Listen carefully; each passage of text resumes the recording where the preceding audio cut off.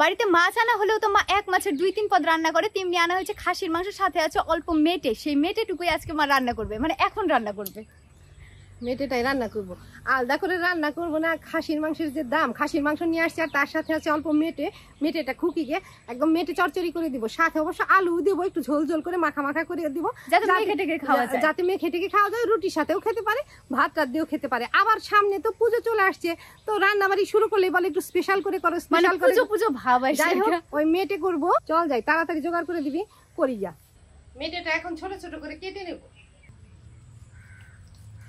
খাসির মাংস বড় বড় করে কাটলেও মেটে ছোট ছোট করে কাটতে হয়।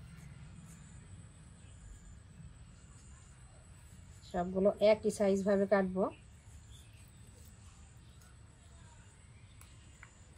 সবগুলো একই সাইজ মতো চৌকো চৌকো করে কেটে নিলাম। আর খুকিকে বললাম তুই আদা রসুন পেঁয়াজ গুলো ছিলে দে, আমি উনুনটা জ্বালিয়ে নেই, আর এগুলো তুই একবার ধুয়ে নিয়ে আসি, ধুয়ে নিয়ে এসে রান্না শুরু করবো। অনেকবার ধুইছি, এই যে একদম পরিষ্কার জল বেরোচ্ছে, আর ধুবো না। আমি উনুন জ্বালিয়ে নেই, যা তুই এগুলো আগে ছিলে টেলে বেছে নিয়ে আয়। উনুনও জ্বলে গেছে, এদিকে খুকি আলু পেঁয়াজ রসুন আদা সবকিছু ছিলে দিছে। এখন এই যে উনুনে কড়াই বসিয়ে আলু ভাজবো, তারপরে ফোড়ন দিয়ে বসাবো, আর এদিকে ওই আদা টাদা বাটবো। কড়াইটা বসালাম, পরিষ্কার করে ধুয়ে আলুগুলো আগে ভাজবো।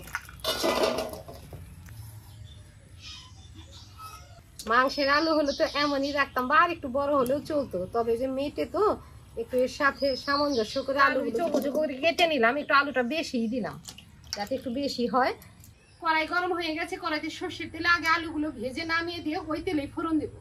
কড়াইতে সর্ষের তেল একটু বেশি করে দিছি, আর তেলটা একদম পুরো কড়াইতে ছড়িয়ে দিলাম যাতে কোনো কিছু লেগে না যায়, যদিও মাছ না, তারপরেও একদম তেলটা টনটনা গরম করে এর মধ্যে আলুগুলো দিব। আলুর মধ্যে নুন হলুদ দিব না, নুন হলুদ দিলে কি হয়, তেলটা একদম কুচকে হয়ে যায়।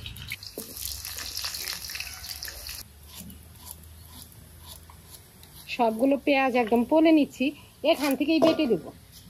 খাসির মাংসে পেঁয়াজ গোটা গোটা দিলেও এই মেটেতে একটু বেটেই দিতে হবে।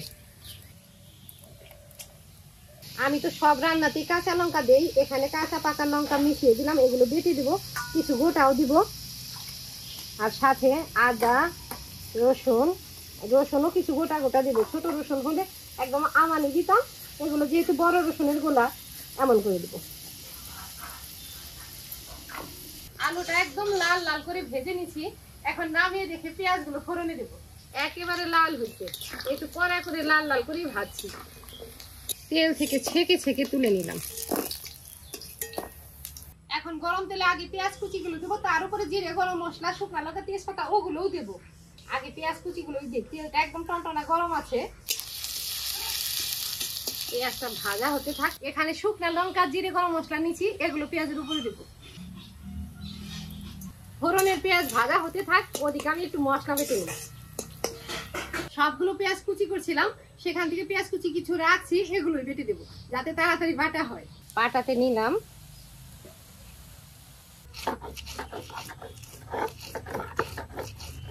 ফোড়নের পেঁয়াজের উপরে 2টা টমেটো কেটে দিব যাতে টমেটোটা গলে যায়। টমেটো কেটে দিয়ে উপরে লবণ দিব। ফোড়নের পেঁয়াজটা হালকা ভাজা ভাজা হয়ে গেছে, এখনই টমেটো কেটে দিতে হবে। টমেটো একদম মেটে আলু ওগুলোর মতো করে কাটলাম, টমেটো কেটে দিয়ে দিলাম। উপরে লবণটা দিয়ে দেই যাতে টমেটোটা একদম গলে যায়। টমেটোগুলো অল্প নরম হলেই সব মশলা দিব, কিছু বাটা মশলা দিব আর কিছু গুঁড়া মশলা দিব। এখন তো আমরা বাটা মশলা গুঁড়া মশলা মিশিয়ে রান্না করি, তবে আগে যে আমার মা ঠাকুমা রান্না করতো সব মশলাই তো বেটে দিত, হলুদ গুঁড়াও বেটে দিত। এখন তো আমরা মানে অন্য অন্য কিছু বেটে বা গুঁড়া দিলে হলুদ গুঁড়া তো গুঁড়াই দিতে হয়, সেটা তো কিনতেই পাওয়া যায়। মাঝে মাঝে লঙ্কা বেটে দিই, যদিও আমি সব রান্নাতে কাঁচা লঙ্কা বেটে দিই, আজকেও কিছু কাঁচা লঙ্কা বাড়ছি আর অল্প লঙ্কার গুঁড়া দিচ্ছি। ফোড়নের উপরে আদা লঙ্কা রসুন বাটা দিচ্ছি, এখন পেঁয়াজ বাটাটাও দিব। পেঁয়াজ বাটা তুলে নিলাম, আদা রসুন লঙ্কা বাটা দিয়ে অল্প কষিয়ে নিলাম যাতে আদার কাঁচা গন্ধটা চলে যায়। এখনই পেঁয়াজ বাটা দিব। টমেটো নরম হয়ে গলে গেছে, মশলার সাথে মিশে গেছে, পেঁয়াজ বাটাও দিলাম। বাটা মশলাগুলো কষিয়ে নিলাম, এখন গুঁড়া মশলা দিব। গুঁড়া মশলা দিয়ে অল্প জল দিয়ে একসাথে সব মশলা ভালো করে কষিয়ে নেব। হলুদ লঙ্কা গুঁড়ো দিচ্ছি, যেখানে খুকি ধনেটাও গুঁড়ো করে দিছে, বলে ধনে বাটতে খুব কষ্ট হয়, কিসের কষ্ট। এই যে ধনে গুঁড়ো এটাও দেবো, অল্প জল দিয়ে এখন ভালো করে কষিয়ে নেবো যাতে মশলাটা পুড়েও না ধরে।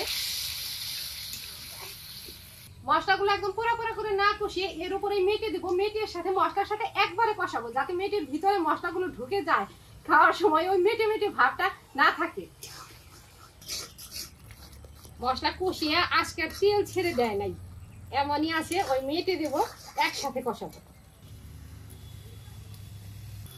মেটেগুলো মশলার উপরে দিলাম,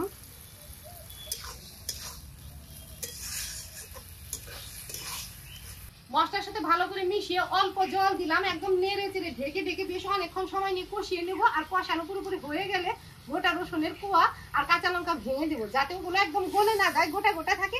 ওই ভাত রুটি সবকিছুর সাথে যাতে ডলে তখন খাওয়া যায়।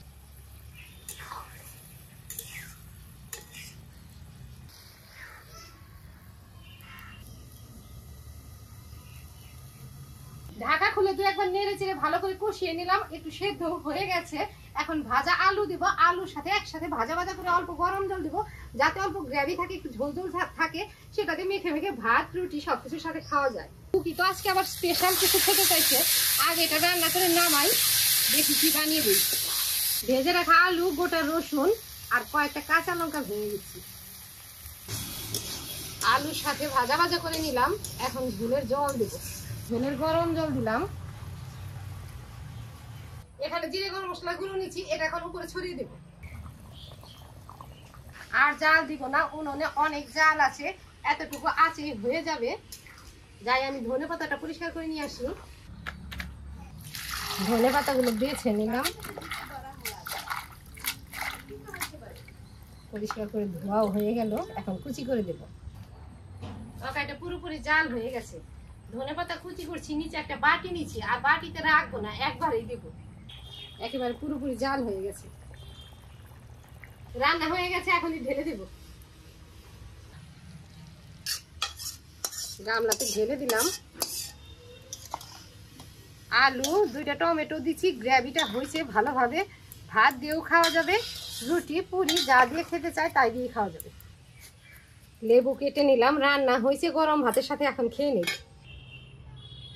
লেবু দিলাম, এখন ভাত দিয়ে খাক, তারপরে যা বানিয়ে দিয়ে দিব।